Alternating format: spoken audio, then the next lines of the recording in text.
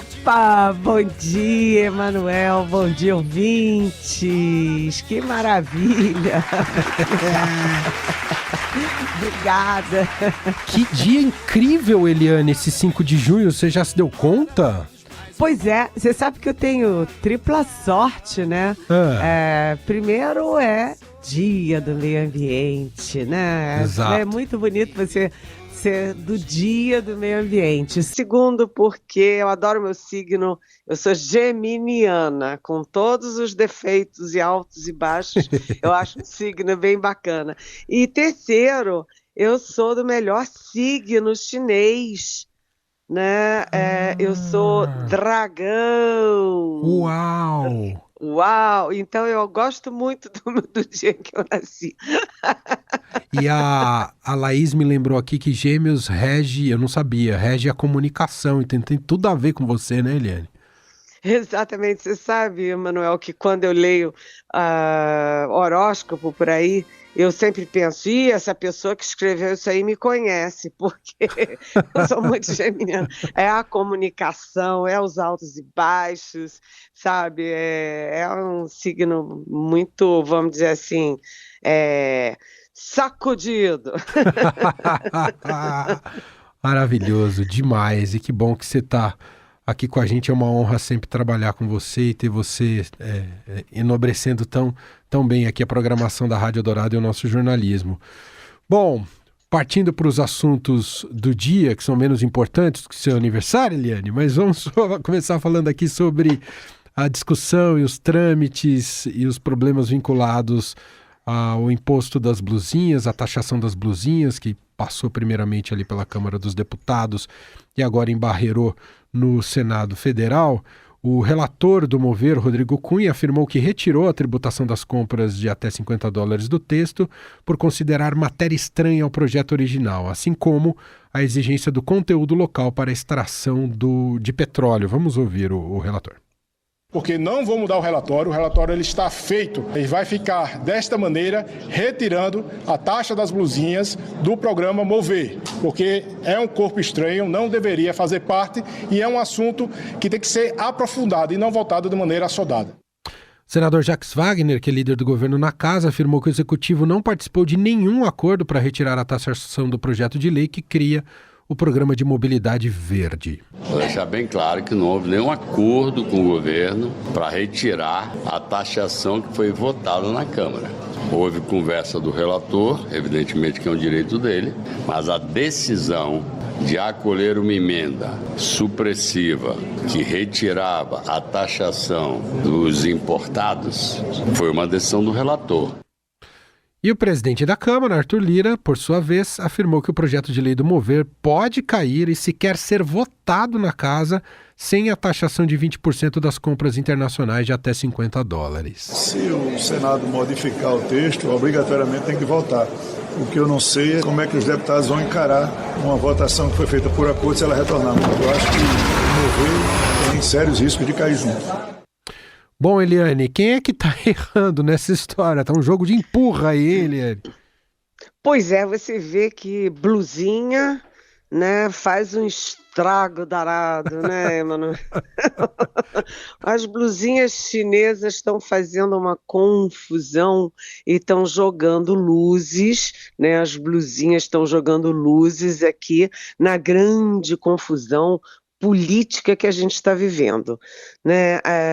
A questão da taxação de produtos, de pequenos produtos chineses, divide todo mundo, né? Essa questão divide, por exemplo, né? Quem quer comprar? Né? Todo mundo, o presidente Lula já disse, olha, minha mulher compra, a sua mulher compra, a filha de todo mundo compra, a filha do Arthur Lira compra. Ele falou o Lula como se fosse só mulher comprando bugiganga, mas na verdade todo mundo gosta de preço mais barato. Então quem compra é super contra a taxação, quer comprar sem problema nenhum. Portanto, os políticos mais populistas e os ministros e o próprio lado governista, que é muito populista, não querem taxação. Mas do outro lado, quem produz no Brasil, né? A indústria têxtil, por exemplo, que produz as blusinhas no Brasil, que produz os tecidos, etc., está torcendo para ter a taxação, porque é uma competição injusta com a produção nacional. E, portanto, os pragmáticos do Congresso e os pragmáticos do governo, como o ministro da Fazenda, Fernando Haddad, eles querem taxar, sim, com um acréscimo. O acréscimo de que, como reclama sempre o Haddad, né, a questão ali da isenção de até $50 vai criando fraudes, porque quem quer exportar da China grandes quantidades para cá, fraciona os produtos, né, e manda como se fossem só $50 para escapar da taxação. Então, tem uma questão de fundo aí, e isso joga luzes na guerra entre Câmara e Senado, e agora vai estar jogando também o Arthur Lira, presidente da Câmara, contra o governo, porque houve um acordo entre o Arthur Lira e o governo Lula para começar a taxar, sim, né? E quando o Senado derruba, Arthur Lira automaticamente conclui que o governo puxou o tapete dele. Ele ficou defendendo uma decisão impopular de taxar as tais blusinhas e bugigangas, né? E na hora H o governo se acerta lá no Senado e puxa o tapete dele, ele que fica com a medida impopular. Então o Arthur Lira ontem já ligou para o Haddad, que está lá no Vaticano, com encontro com o Papa, tirando foto com o Papa Francisco, para reclamar e para fazer uma ameaça.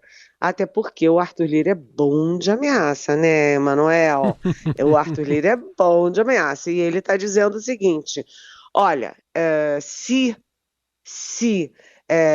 o governo insistir nisso, se o Senado retirar a taxação e devolver para a Câmara, a Câmara não vai só manter o fim da taxação, a Câmara vai derrubar o projeto inteiro da mobilidade, né, que é um projeto de grande interesse para o governo. Agora, dentro dessa confusão, dessa bagunça toda, o Rodrigo Cunha, que é o relator, né, ele tem aí um bom pretexto, porque que é jabuti, não tenham dúvidas que é claro que é um jabuti, é uma forçação de barra, você pegar produto chinês de até $50 e meter num projeto sobre mobilidade urbana, ou seja, é tudo uma grande bagunça, Emanuel. E aí a gente tem Jacques Wagner, tem Alexandre Padilha. Tá faltando mesmo, no fundo, Lula nessa articulação? Tá faltando um presidente nessa articulação, Eliane? Não, o pior não é que o presidente Lula é mais um fator complicador disso tudo. Por quê? Porque o Lula, entre pragmatismo e populismo, ele está muito mais pendente para o populismo, né? Logo, como populista, ele é contra taxar, até porque a Janja, que é a primeira-dama, mulher do Lula, até já foi a público, um ano atrás, quando o assunto começou a ser discutido, ela já se posicionou contra, porque ela também tem uma cabeça populista, né? Ela tem uma cabeça, vamos dizer, da velha esquerda populista. Então, o que o Lula está fazendo? O Lula meio lava as mãos, deixa a hora ele pende para o Haddad, hora ele pende para o outro lado, que é, por exemplo, o lado do chefe da Casa Civil, Rui Costa, e fica ali no pêndulo, né, entre um lado e outro, e o Lula, enfim, tentando ficar bem com gregos e troianos. Bem, a história mostra que quem tenta sempre agradar os dois lados, às vezes se queima com os dois, né? Perfeito, é isso mesmo. Bom, outro assunto que eu quero te ouvir, Eliane, o Procurador-Geral da República, Paulo Gonet, recorreu ontem da decisão do ministro Dias Toffoli, do STF, que anulou todos os atos da Operação Lava Jato contra o empresário Marcelo Odebrecht. No recurso, o PGR pede que Toffoli reveja a determinação ou que leve o caso ao plenário da Corte. Uma reação aí da PGR ao canetaço do Toffoli, Eliane. Pois é, né? O Dias Toffoli, que foi advogado do PT, que foi AGU, né, advogado-geral da União nos primeiros governos Lula, e foi indicado, aliás, sob intensa, uma chuva de críticas pelo Lula para o Supremo Tribunal Federal, o Toffoli votou a favor das punições do Mensalão, a favor das punições da Lava Jato, e agora me parece, e muita gente em Brasília acha, no meio jurídico, no meio político, que o Toffoli está fazendo assim um auto-açoite, né? Ele está se açoitando e está tentando recompor suas relações com o Lula e com o PT, porque ele toma umas decisões monocráticas, ou seja, individuais, que são muito polêmicas. Uma delas ele anulou com uma canetada, que depende também de decisões do colegiado, seja de turma, seja do plenário, mas o Toffoli anulou todas as condenações do Marcelo Odebrecht, que ficou um tempão preso, né, que era o grande o dono, né, era o dono da Odebrecht, que agora mudou de nome, mas enfim, e que, sabe, tem uma montanha de provas contra o Marcelo Odebrecht, contra a própria Odebrecht. Então, é muito estranho, né, o Toffoli fazer isso. E não foi uma decisão única, porque foi o Toffoli também que fez ali, deu uma canetada para, vamos dizer assim, anular ou rever as multas das não delações premiadas individuais, mas dos acordos de leniência de Ministério Público, de Polícia Federal, de governo, etc., etc., com as empresas envolvidas na Lava Jato, no caso, inclusive, da Odebrecht. Ou seja, o Toffoli está querendo transformar os réus em vítimas e está querendo, vamos dizer assim, compensar ou remunerar aqueles que foram não só acusados, mas investigados, foram julgados e foram condenados por causa da Lava Jato, que tem pilhas e pilhas de provas, e eu considero como maior prova a devolução de bilhões de reais. Ninguém que é santo, ninguém que não tenha culpa no cartório, devolve bilhões de reais. Não é mesmo, Emanuel? De jeito nenhum. Um outro assunto aqui, Eliane, a primeira turma do Supremo Tribunal Federal, por unanimidade, tornou ontem réu o senador Sérgio Moro sob acusação de calúnia contra o ministro Gilmar Mendes. Aquele caso em que um vídeo foi divulgado em que ele faz uma brincadeira ali sobre a suposta possibilidade do Gilmar Mendes comprar um habeas corpus, né? Esse é o comentário feito ali, um comentário jocoso feito ali nesse vídeo que foi divulgado, e por isso ele se torna réu. Como é que você avalia essa decisão aí do Supremo, Eliane?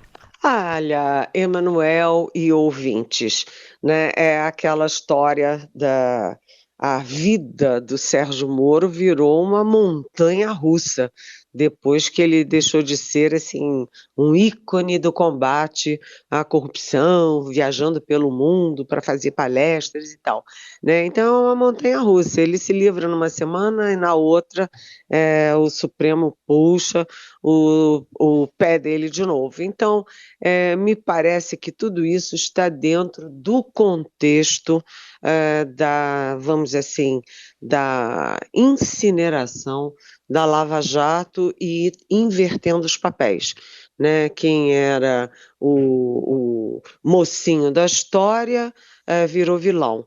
os vilões viraram mocinhos. O fato é o seguinte, o advogado do o advogado do Sérgio Moro diz, do agora senador, é bom frisar isso, e que acaba de manter o mandato.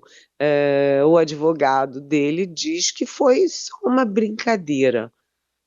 Mas o Gilmar Mendes não está aí para brincadeira com o Moro, não. A guerra deles é uma guerra antiga e o maior adversário do Sérgio Moro dentro do Supremo, seguido pelo Alexandre de Moraes, é sim o Gilmar Mendes. Ou seja, o que a gente vê? A guerra continua e é uma guerra contra, claramente, a Lava Jato. E só para a gente fechar, Eliane, hoje é Dia Mundial do Meio Ambiente e tem evento no Palácio do Planalto. Você vai para lá, Eliane? Não, eu não posso ir porque eu tenho outra conversa exatamente na mesma hora, mas é super importante, por quê? Porque eu tenho uma conversa exclusiva e a gente sempre dá meio prioridade a conversas exclusivas, Claro. né?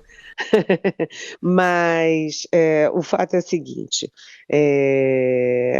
o presidente Lula, ele tentou ser articulador, ali, mediador na guerra da Ucrânia, mediador na guerra de Israel, e tudo isso é muita areia para o caminhãozinho chamado Brasil, né? O Brasil não tem esse tamanho e o presidente Lula, apesar de ser o político brasileiro mais conhecido mundo afora, né, mais reverenciado, inclusive mundo afora, não tem tamanho para isso. Mas o Brasil tem tamanho sim, e tem um caminhãozão bem forte quando a discussão é meio ambiente. E o Brasil agora ganha impulso no debate ambiental com a crise do Rio Grande do Sul e também aí o Brasil vai ser o anfitrião da COP30 em 2025 lá em Belém. Então o Brasil ganha muita visibilidade internacional positiva quando o tema é meio ambiente. E o Lula sabe disso e o Lula vai aproveitar bem essa oportunidade. Inclusive, é possível porque minhas fontes me cochicharam no ouvido que é possível que o Brasil dê boas notícias hoje no Dia do Meio Ambiente, inclusive aumentando ali, né, a oferta brasileira no combate aos gases de efeito estufa. Um exemplo para o mundo antes da COP, a COP desse ano, a COP 29, que vai ser em Baku, no Azerbaijão.